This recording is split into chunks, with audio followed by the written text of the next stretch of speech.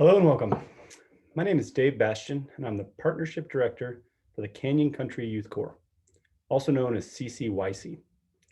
CCYC is the stewardship program of the Canyon Country Discovery Center located in Monticello, Utah. I'm here today to talk to you about two things. The first is the way our programs pivoted at the beginning of the COVID-19 pandemic from conservation projects to service that was truly outside of anything we've ever done before. The second is the efforts that national and local Conservation Corps programs put into developing protocols to deal with the situation we're in while in the field. I'm not going to go into a great deal of info on those protocols specifically, but a few of us will be here to answer questions after this presentation, and we would be happy to share those protocols with you if you are interested. So to start, we need to take ourselves back to March of 2020. Remember, if you can, this slightly more innocent, slightly more idyllic time. We visited with friends, we ate in restaurants, and we didn't wear masks to do a grocery store run. It was at this time that 6 fresh-faced AmeriCorps members arrived at the Discovery Center to begin their crew leader development program.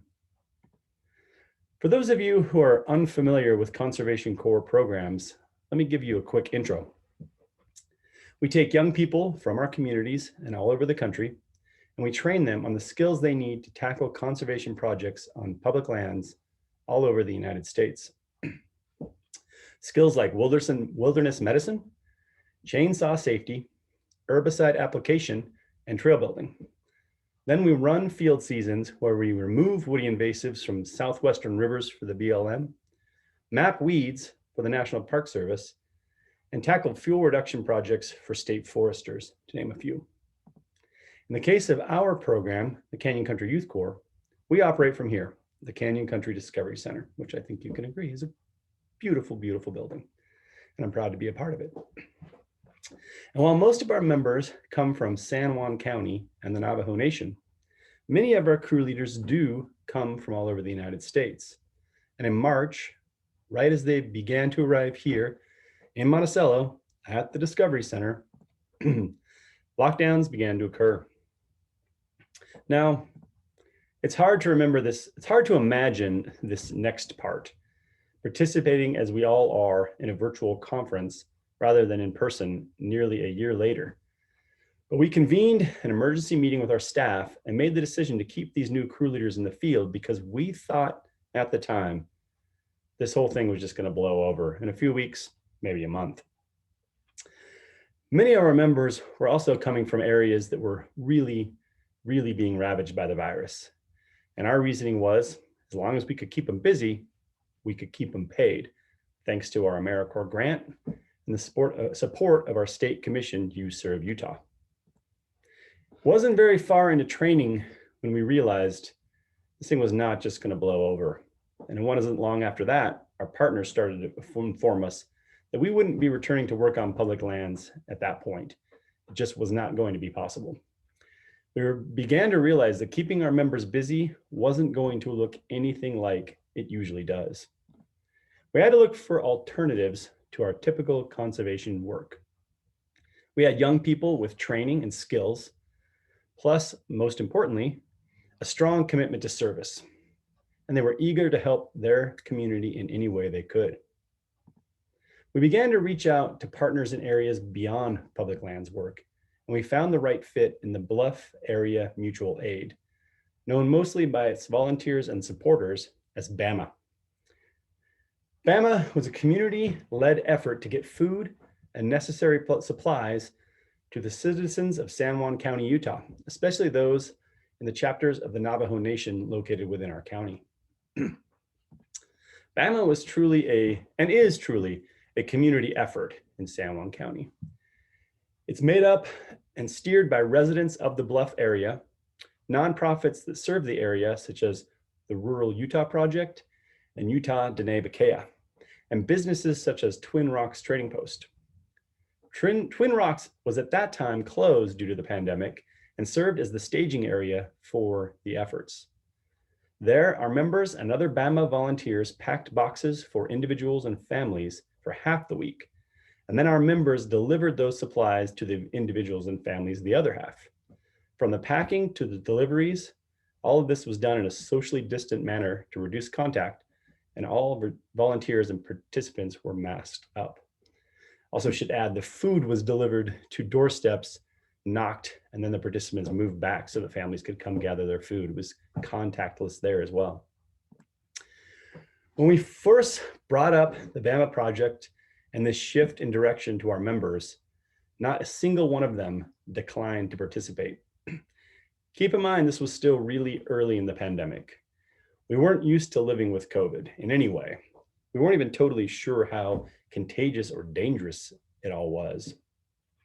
There were still so many unknowns. When asked about his experience with this project, one member said, "I'll be honest. When I found out that instead of using power tools and living out in the wild, I'd be packing and delivering supplies, I was a little disheartened. But after one day doing this work, it quickly went away. At the end of each workday with BAMA, I know my work will directly and greatly help families who have nowhere else to turn amid this crisis." Another added, "It hasn't been what we expected, but I think that it's a tremendous way to learn about your neighbors by meeting them in the least pleasant of circumstances. I think we're seeing not just what is sad or what is missing, but the resilience in the community." And a third set of the experience, it's been a little bit reminiscent of back home, just a bit, because the sense of community is similar to what I've seen in coal mining towns that I've lived around or near. And I just think this whole event is really bringing to light the way that poverty leads people to kind of lean on each other a bit more. But then if we're supposed to be socially isolated, where does that leave people in need? San Juan County, where we operate, is a very remote place. The population density is roughly 1.9 people per square mile. It also has the lowest per capita income in Utah and is among the lowest per capita income in the United States. It is a majority indigenous population, but many resources are concentrated in the two largest cities, Monticello and Blanding. For many residents, a trip to the store is measured in hours, not minutes. Early in the pandemic, our county had some of the highest positive cases in the United States. The need was certainly there, and our members were able to help the community meet those needs. During our time with BAMA, we were able to deliver 1,000 boxes to 2,000 individuals, and we drove 1,300 miles to some incredibly remote and beautiful locations. Now, the core world, as we call it, is a pretty special place. While our crew leaders were gearing up to aid the BAMA project, another program, the Northwest Youth Corps, had the capacity and tools to begin to look seriously at the issue of safely returning to public lands work in the midst of all this. They knew, as Jay Satz, their Director of Partnerships and Innovation, told me, things were going to be dicey. Utilizing tools such as physician and legal advisors, tools smaller programs like mine don't have access to, they were able to draft initial protocols for youth corps to use to get back in the field. They then made the decision to lift all boats. And through the Corps Network and the Public Land Service Coalition, two umbrellas that serve all corps in the country, NYC released these protocols to everyone. Our partner programs here in Utah, the Utah Conservation Corps at Utah State University, and the Intergovernmental Internship Cooperative at Southern Utah University, took those NYC protocols and adapted them to serve their needs.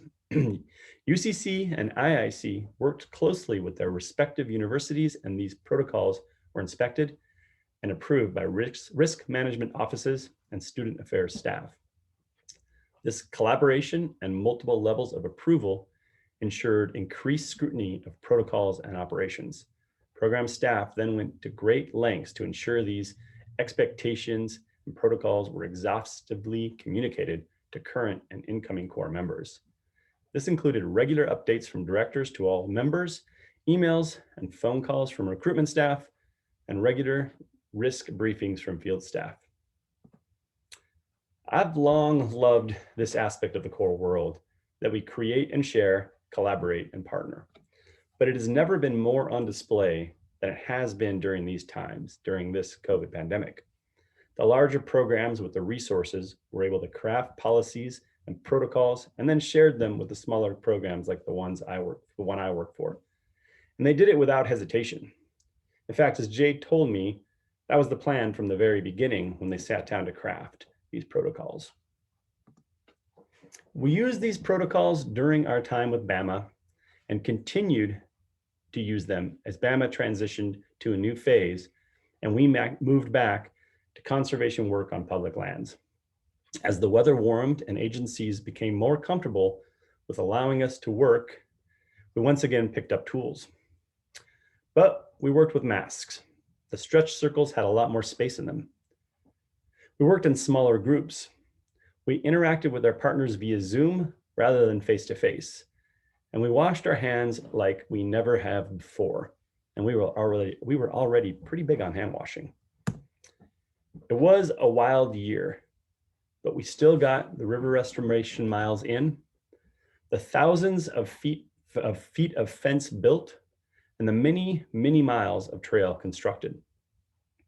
And we did it without a single positive case of COVID. It wasn't just our very small program that succeeded either.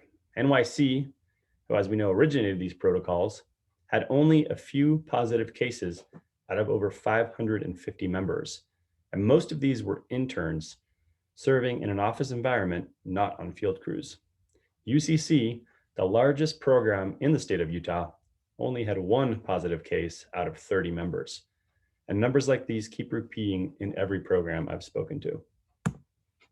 The 2020 field season showed that conservation corps can get out and do what we do best. Our staff focused on spreading calm throughout the year. There were many unknowns of operating field crews, especially in remote and high elevation locations, but we effectively collaborated with peers from other corps to gain and share best practices, and we were able to reassure both our members and our project partners that we could safely conduct field work. Now we are looking at another field season dealing with this pandemic, but we have the knowledge and skills we've gained. We have the lessons we learned. There's no doubt in my mind that we can safely and effectively conduct conservation work in the time of COVID. So that was a small snapshot of how we dealt with in this time. We have a few of us here who were instrumental in the formation of our protocols, so we can answer questions. And again, we'd be happy to share those protocols with you if you'd like. Thanks.